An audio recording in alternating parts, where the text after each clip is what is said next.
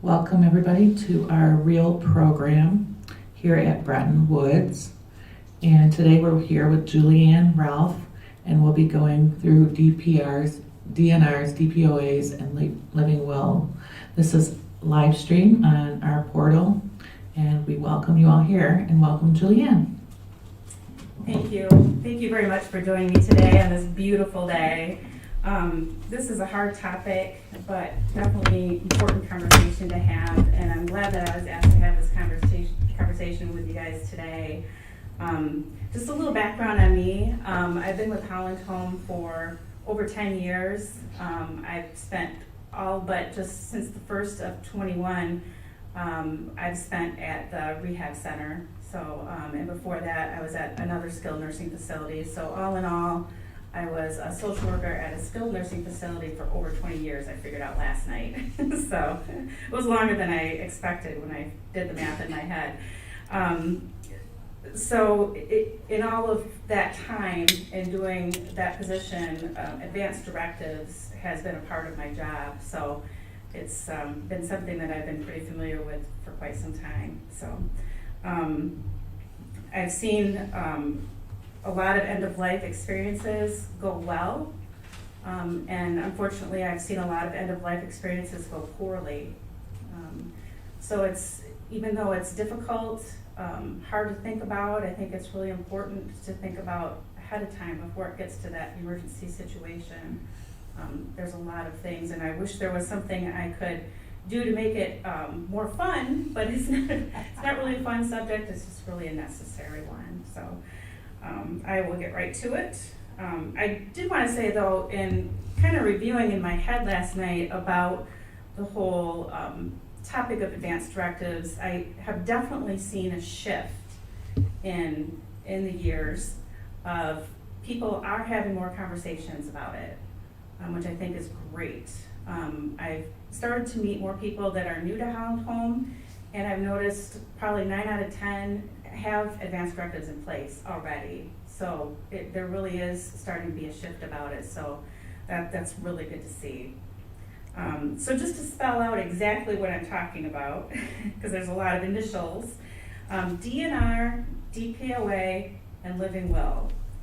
Advanced care planning, those all fall under that. Advanced directives is another word for that. So it's all kind of the same thing. And basically what it's doing is it clarifying your values, goals, and wishes. So it's a lot to think about. Next slide. So DNR stands for Do Not Resuscitate. It's also known as a no code. If you're in the hospital, that's probably what you'll hear it referred to as. If you go into a nursing facility like Breton Rehab, they'll talk about code status. That's what they mean in reference to code status. Another way I've heard it referred to, which sounds completely different, and I've heard a hospice director refer to it this way, is rather than DNR, A&D, which stands for Allow Natural Death. So, and that sounds a lot more positive. A DNR order is a medical order written by a doctor. It instructs healthcare providers not to do CPR if the patient's breathing stops or if the patient's heart stops beating. So there's a lot of confusion. I think a lot of people, when they think about DNR, they think, oh, they're not going to do any CPR on me if I need resuscitation. And that's only the case if the scenario I would always use in the nursing facility is if a nurse walked in and they found that you had no heartbeat, no respirations, would you want them to do CPR on you? Next slide. So what is resuscitation? Resuscitation includes some different things. Obviously CPR, which is mouth-to-mouth breathing and pressing on the chest. Shock to restart the heart, and breathing tubes and medicine can all be referred to as resuscitation. Now, if you want CPR, you don't have to do anything. Then they will just, the hospital or the EMTs would assume that you want CPR. And you would be considered then what they would call a full code. If you don't want CPR, though, you really need to talk with your doctor and get a DNR, do not resuscitate order in place. And the idea, obviously, like I said, is to make that decision before it becomes an emergency. Also, just so you know, you can change your mind about a DNR if you think about it later and you decide that you want to rescind it, that you're not stuck in that. So just in case you wonder about that. Next slide. When you are unable to make the decision, if your doctor already has a written DNR order, your family cannot override it. At that point, if that's in place, then your doctor has to go abide by your wishes. However, your power of attorney for health care that you appointed can agree to a DNR for you. But what I didn't add to this is that is, and I will touch on that in a little bit, but that's if you're unable to make the decision yourself. And that would be related to being either unconscious or if you've been deemed incompetent by 2 physicians, then your power of attorney would be activated. And then at that point, your power of attorney for healthcare could make that decision for you, but not before that. Next slide. Just a few things about CPR. CPR works best if you are healthy with no illness. It can be given to you within a few minutes of when your heart and lungs stop working. CPR does not work as well if you have chronic health problems, you have an illness that can no longer be treated, you are older and weak, or if you are in the hospital and get CPR. Well, this is kind of an interesting statistic. If you're in the hospital and get CPR, you have a 17% chance of it working and leaving the hospital alive. So that's in the hospital. If you're in a nursing facility, if you're older and weak and living in a nursing home, CPR works less than 3% of the time. So I've heard between 1% and 3% for that. Next slide. What else can happen with CPR? If CPR does help to get your heart and lungs to work, it usually does have side effects. Your lungs are weakened, you will need to be on a breathing machine for a time. You will need to be cared for in an intensive care unit. You may have brain damage, and you're likely to have broken ribs. If you want to try CPR, you should talk about what results you would expect. Talk about that with your physician. What would your goals be? What would make you no longer want to be alive? Some examples are, you could not breathe without a machine, you could not think or talk, or you would not know anyone. And those are just a few examples. Next slide. If you decide you do not want CPR, you will still, this is very important, you will still get the care you need. There are many choices you can make to help you be comfortable and live as well as possible. I think a lot of people think of it as do not resuscitate as giving up or not treating, and that's, you would still get the care you need, so you would still get treatment, like I said before, if there are vital signs. So, next, mission board golf, okay. A do not resuscitate order is applicable to all pre-hospital life support agencies and personnel. This is an important one. I believe it was like 1997 this changed, because it used to be when you would call the ambulance, they would come and just automatically do CPR on you, whether you had a do not resuscitate order or not in place. That did change with this order in the for the state of Michigan at least. EMS providers shall not attempt resuscitation of any individual who meets all the following criteria. If they have a DNR order in place, they must be 18 years of age or older. And if the patient has no vital signs, that means, again, no pulse or respirations. There's some different ways of alerting people to your status. One way is you can have a bracelet that you can ask your doctor about. It would have your, it's kind of like one of those medical alert bracelets that you would wear. It would have to have clearly imprinted the words "do not resuscitate order" on the bracelet, the name and address of the declarant, and the name and telephone number of the declarant's attending physician, or the EMS provider needs to be provided with a DNR order from the patient. And I did bring these little wallet cards that I like to give to people. They're very handy. They would let the EMS know. It tells you right where you would keep your advanced directives, that sort of thing, or if you have a DNR. So it would have that real specific information. And the sheet I have has 2 copies. So one, I would suggest going on like maybe a magnet out of the refrigerator, and the other one going like in a wallet or a purse or something of that sort. The order must be dated and signed by all parties to be considered valid. That's another really important thing. If you filled out a do not resuscitate order, it will not be valid without a physician's signature. So just you signing it, without the physician, it's not valid. They would still continue to do CPR. Another thing is it asks for 2 witnesses. If you don't have the witness's signature on there, it would not be considered valid either. For a DNR, you could have really any family, any staff can be a witness to that. So that makes it a little bit easier to get witnesses for that. In the event care has been initiated on a patient and subsequently a valid DNR order is identified, resuscitation will be discontinued.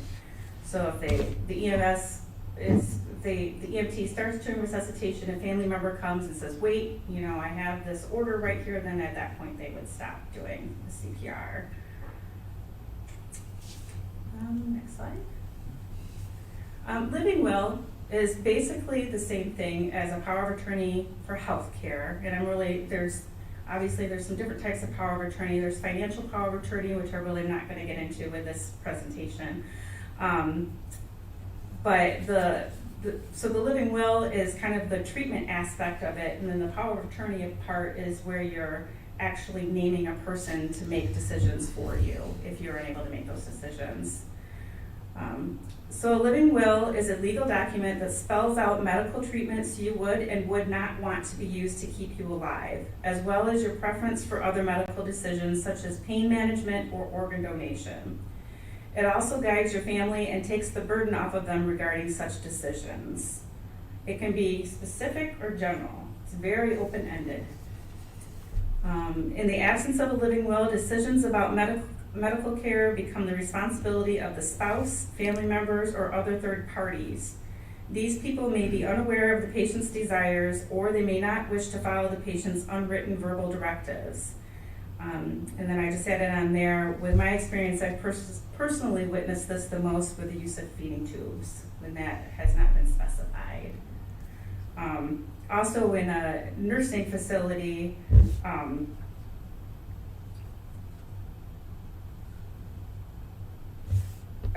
if you don't have a power of attorney in place and you're unable to make your own decisions, at that point it gets really messy because you have to go to court.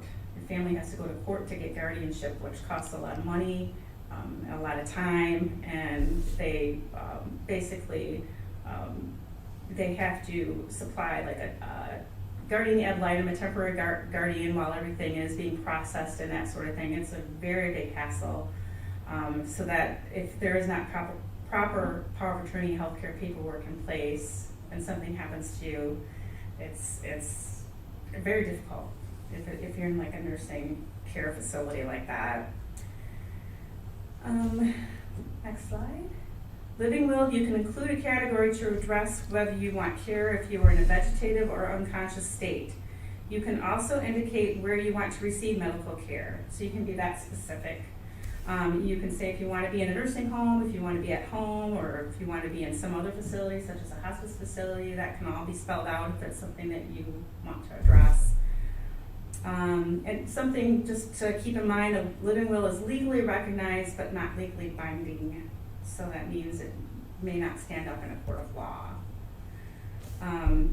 A living will can be changed or revoked at any time. So you can make changes. I don't believe the state of Michigan requires a signature if you want to make any changes, but they suggest it, that you just write a little note saying you're making these changes and then your signature. That goes with power of attorney for healthcare as well, if you want to change that. That's something that kind of surprising that I learned quite a while ago, is that even when someone is deemed incompetent by two physicians, they can still request to change their power of attorney for healthcare.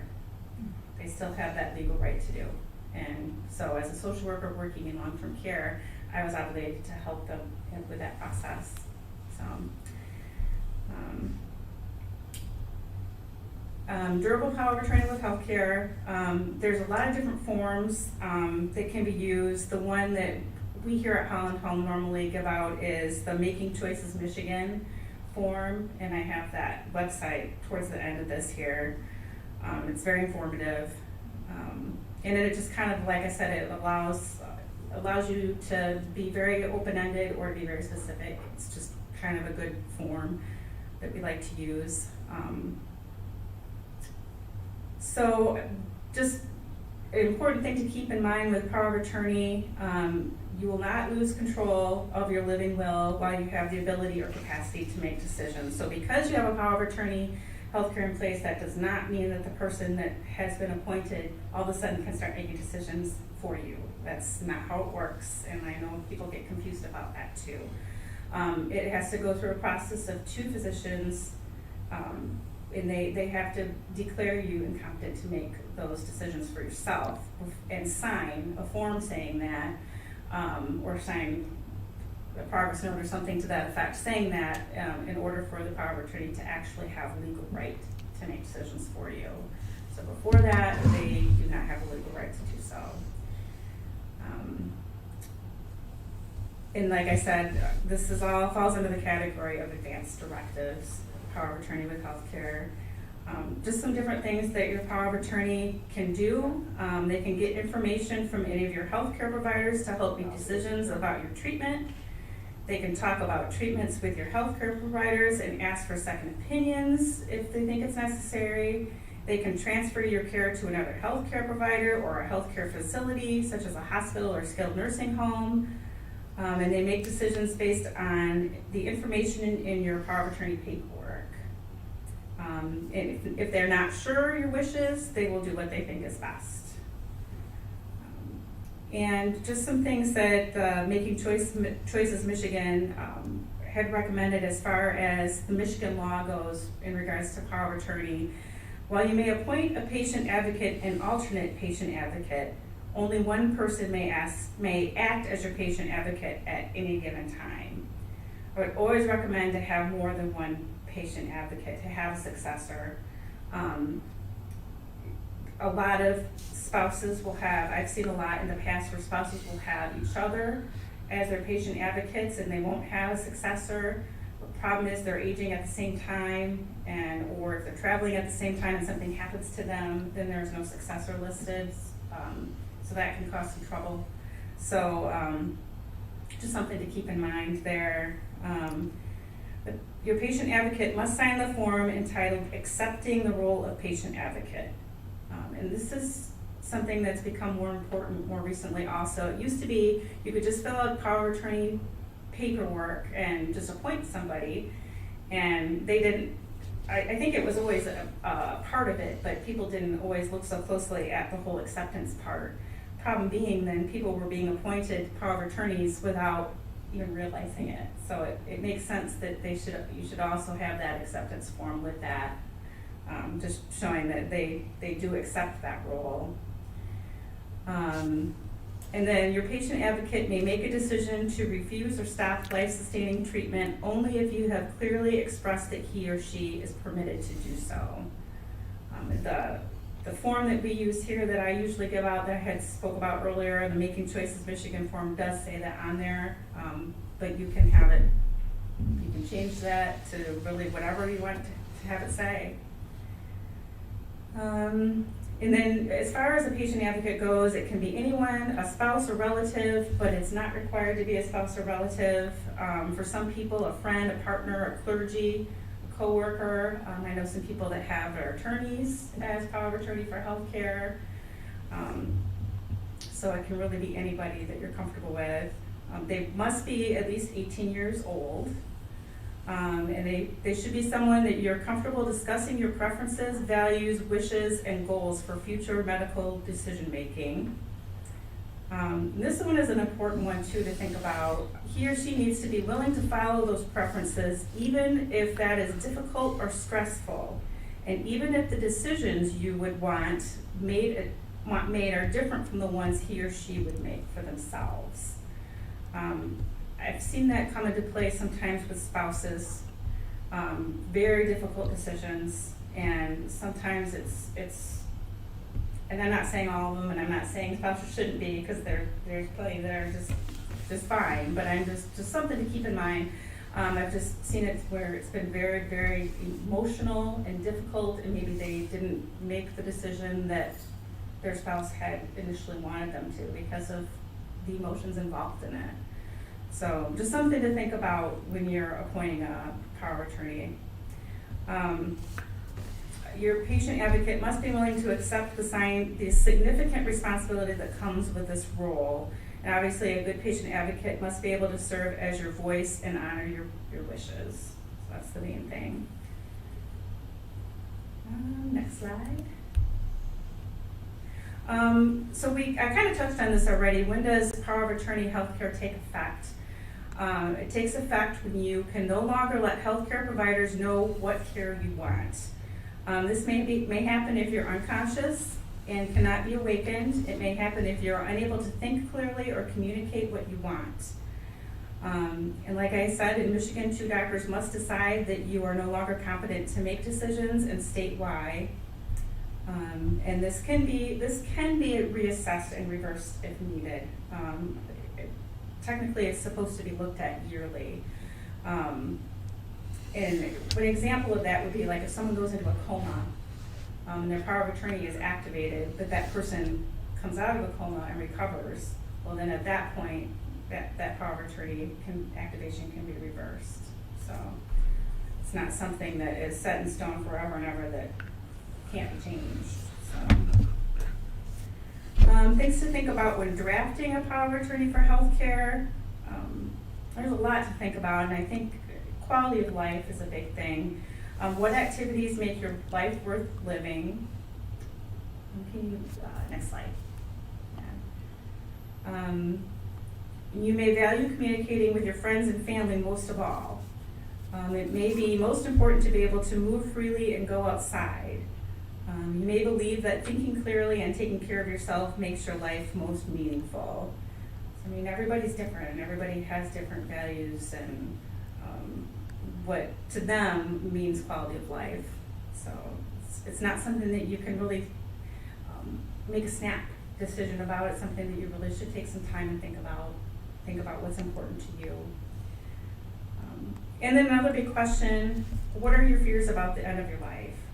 How do you envision that? Again, something that people don't normally like to think about. But, is it important to have pain relief? Or do you want to remain aware and alert even if you are in pain? And that's something I've seen a lot too at the end of life for people. And everybody's different and there's no right or wrong. But a lot of times family members will, understandably, they don't want to let go of their loved one. They don't want them to be out of it. They want them to be more alert, more awake. But there's a really delicate balance, and a lot of times that means not giving them the pain medication. So I've seen people when people are at the end of their life and the nurses come in to give them care, I've seen them in some excruciating pain because the family is just not ready to let go yet. And it's a tough time. It's a tough time for everybody. But it's important that you communicate those wishes with your family. Next slide. Things to think about when you're drafting a power of attorney.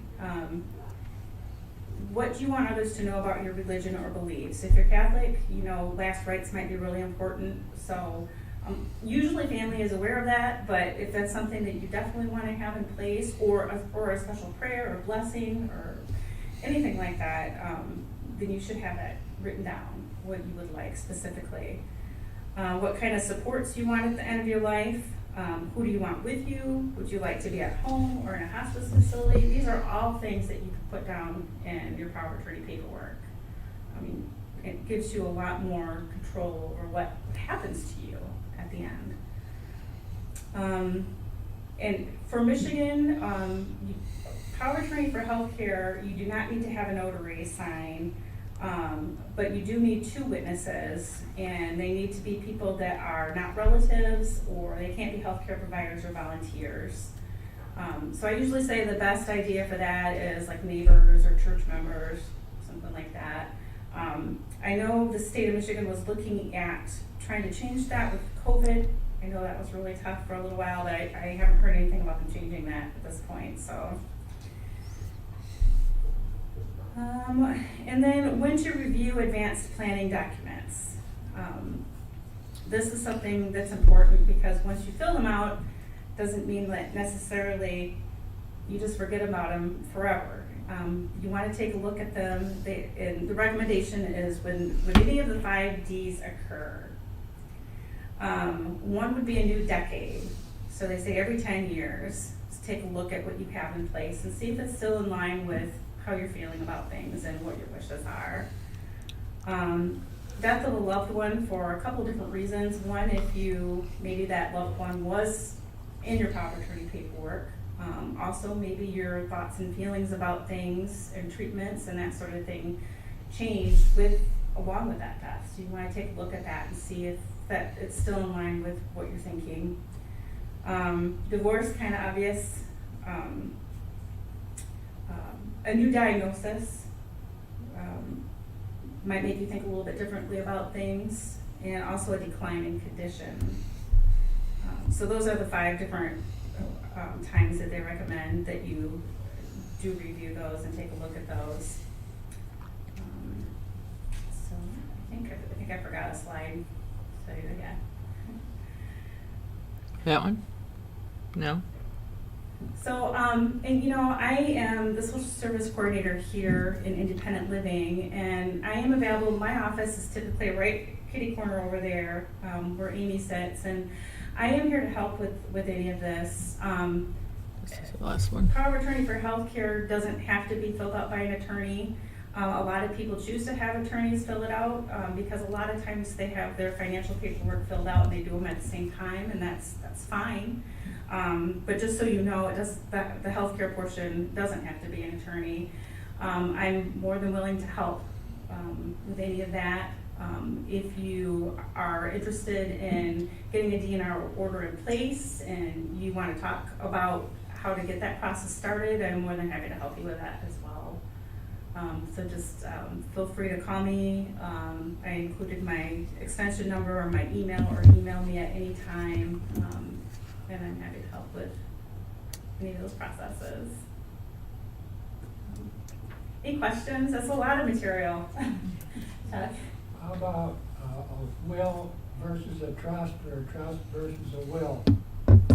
You hear about wills, so they're not the thing you should have because your assets will all have to be probated and stuff like that. If you have a trust, does this kind of information you just showed us go into a trust also? No, that would be completely separate. And that would be something, if you have a trust, that would be definitely something that you're going to want to talk to a lawyer about. So this would be the power of attorney for healthcare is going to be a completely separate document from the power of attorney for financial. So that definitely, I would seek a lawyer's advice for that. Yeah. So you could have 2 separate. You can actually have a will and a trust. Is that? Yes. Yeah. Any other questions?